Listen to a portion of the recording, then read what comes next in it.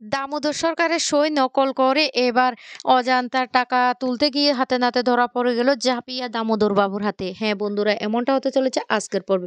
বিস্তারিত জানতে ভিডিওটিতে লাইক দিয়ে চ্যানেলটিকে সাবস্ক্রাইব করে পুরো ভিডিওটি তোমরা দেখতে থাকো। গল্পের শুরুতে আমরা দেখতে পারবো তুর্না লুকিয়ে লুকিয়ে উৎসব বাবুর মায়ের ঘরে সে অ্যালবামটা দেখার জন্য যায়। আর তখনই হঠাৎ করে ঝাঁপি চলে আসে সেখানে। তাড়াতাড়ি করে তুর্না তখন একটা টেবিলের নিচে লুকিয়ে পড়ে, কিন্তু ঝাঁপি সেটা জানতো না। ঝাঁপিকে দেখে তো তুর্না অবাক হয়ে যায়। তুনা তখন বলতে লাগলো, "ঝাঁপি, ঝাঁপি কেন এখানে এসেছে? আমি যেই উদ্দেশ্যে এখানে এসেছি তাহলে কি ঝাঁপিও সেই একই কারণে এখানে এসেছে? না, না, আমাকে ব্যাপারটা দেখতেই হবে। আর একটুর জন্য আমি ডায়েরিটা আ হাতে পাইনি। না হলে তো আমি সেটা দেখে ফেলতাম।" এই বলে তুরনা টেবিলের নিচে লুকিয়ে থাকে। অন্যদিকে ঝাঁপি আলমারি খুলে সেই অ্যালবামটা বের করে আর বলতে লাগলো, "ও আমাকে যে কথাটা তিন্নি বলেছে আমাকে এক্ষুনি সেই ছবিটা দেখতে হবে।" এই বলে একে, একে সমস্ত ছবিগুলি দেখতে থাকে। কিন্তু কোথাও সেই ছবিগুলি দেখতে পায় না। জাপি তখন বলতে লাগলো, "তাহলে কি তিন্নি মিথ্যে কথা বলেছে? আমি কিছুই বুঝতে পারছি না। ছবিগুলো গেল কোথায়?" এদিকে হঠাৎ করে টুন্না তখন বলতে লাগলো, "আমার মনে হচ্ছে ওই তিন্নি বাচ্চা মেয়েটা কি বলতে কি বলেছে আর ঝাঁপি সেখানে চলে এসেছে।"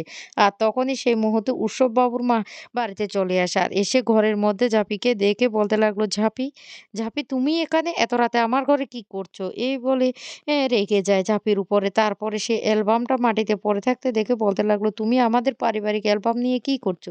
কি করছো? কেন এখানে এসেছো?" এদিকে উৎসবের বোনও তখন রীতিমতো ঝাঁপিকে দেখে অবাক হয়ে যায়। তখনই উৎসবের মা বলতে লাগলো, "দেখ আয়ারা দেখ, আমরা বাড়িতে ছিলাম না? আর ও এই মুহূর্তে এখানে চুরি করে এসে ঢুকে পড়েছে।" এদিকে এ তুর্না তো খুব খুশি হয়ে যায়। তুর্না তখন বলতে লাগলো, "ভাগ্যিস অল্পের জন্য আমি বেঁচে গিয়েছি। আজকে না হলে তো আন্টি আমাকে হাতে নাতে ধরে পড়ে যেতাম।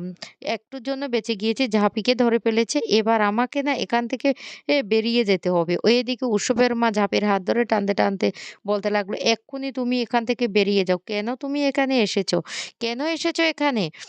এই বলে হাত ধরে টেনে নিয়ে যায়। আর তখনই তুন্না টেবিলের নিচ থেকে বেরিয়ে বলতে লাগলো, "এবার আমি পিছনের দরজা দিয়ে সোজা সামনে চলে যাবো। ডাইনিং রুমে গিয়ে সেখানে এবার আন্টিকে একটু উস্কাতে হবে ওই ঝাঁপিকে না পুলিশে দেওয়ার জন্য।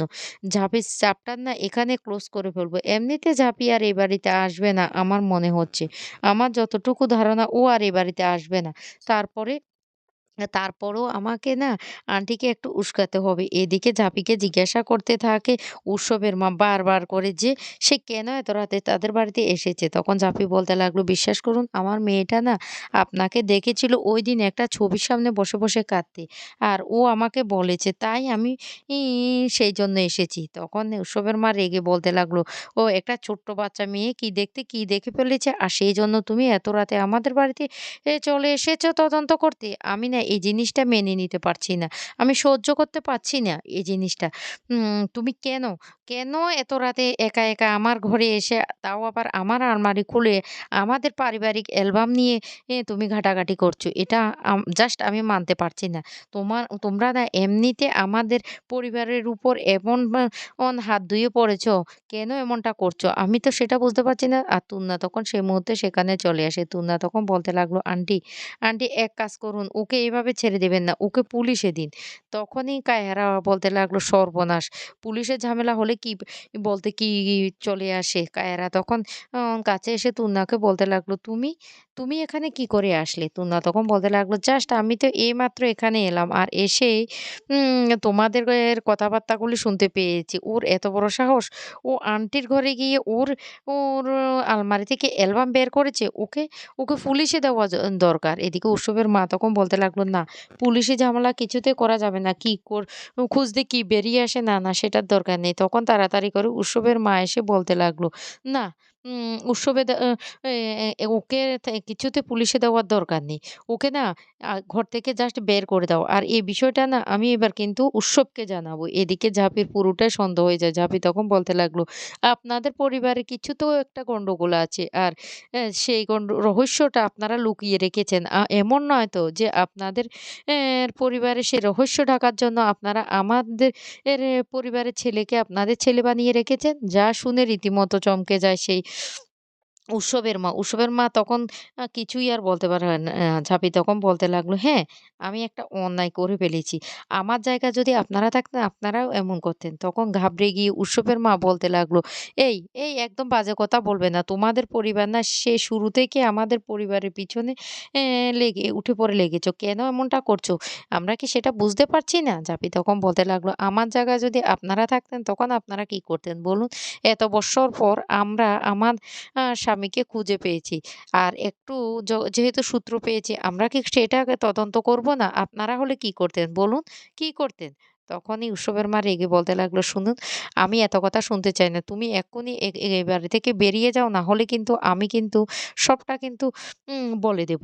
সবটা উৎসবকে বলে দেব।" তখন ঝাঁপি কোনো কথাই না বলে বলতে লাগলো, "ওই ভদ্রমহিলা কিছু একটা তো গন্ডগোল আছে। কিছু লুকোনোর চেষ্টা করছে। সেটা আমাকে খুঁজে বের করতে হবে।"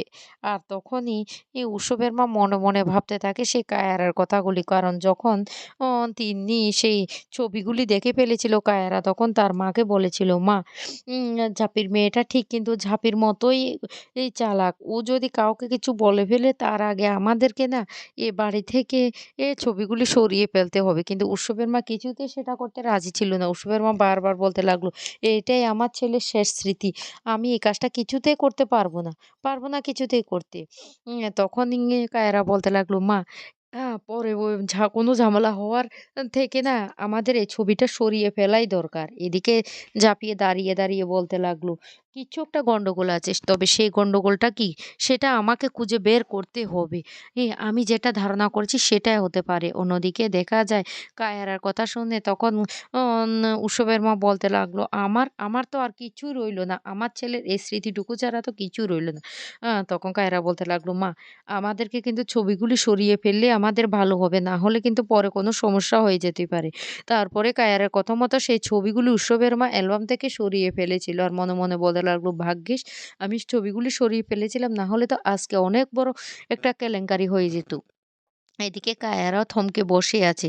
অন্যদিকে তুর্না বলতে লাগলো, "কিছু তো একটা গন্ডগোল আছে। না হলে ওরা জাপিকে পুলিশে দেওয়ার কথা শুনে এভাবে চমকে উঠল কেন? মা মেয়ে কিছু একটা লুকোনোর চেষ্টা করেছে। তবে ভালোই হয়েছে জাপি এ বাড়িতে আর আসবে না। ঝাঁপির পাটপত্র না আ গুটে গিয়েছে।" অন্যদিকে উৎসবের মা বলতে লাগলো, "আমি উৎসবকে এক্ষুনি ফোনে সবটা জানাচ্ছি।" এই বলে উৎসবকে ফোন করে সবটা জানিয়ে দিই। এদিকে ঝাঁপি বাড়ি ফিরছে না দেখে তখন কাসাই খুব চিন্তিত হয়ে পড়ে। আর তখনই সেই মুহূর্তে ঝাঁপি বাড়ি ফিরে আসে আর বলতে লাগলো, "কি ব্যাপার ঝাঁপি?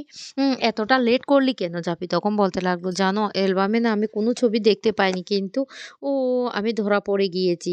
এই কথা শুনে তো কাসাই তখন বলতে লাগলো, "কি বলছিস ঝাঁপি? তাহলে তাহলে কি হয়েছে?" তখনই সমস্ত ঘটনাটা খুলে বলে কাসাইকে আর বলতে লাগলো, "আমার না বড্ড সন্দেহ হচ্ছে। ওই মহিলার কথাবার্তা আমার কেমন একটা মনে হচ্ছে। আমার মনে হচ্ছে ওই আমাদের দ্বীপ।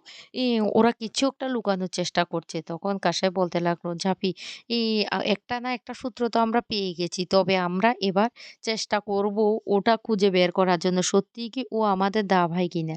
এইদিকে বাড়িতে দামোদর সরকার বসে আছে। আর তখনই উৎসব বাড়িতে চলে আসে ঝাঁপির সাথে ঝগড়া করার জন্য। ঝাঁপিকে জিজ্ঞেস করো কি সাহসে সে ওদের বাড়িতে এত রাতে গিয়েছিল। তাও আবার ওর মায়ের আলমারিতে হাত দিয়েছে। আর তখন সেই মুহূর্তে একটা চিঠি পেয়ে যায় আর সেখানে দামোদর সরকারের সই নকল করেছে।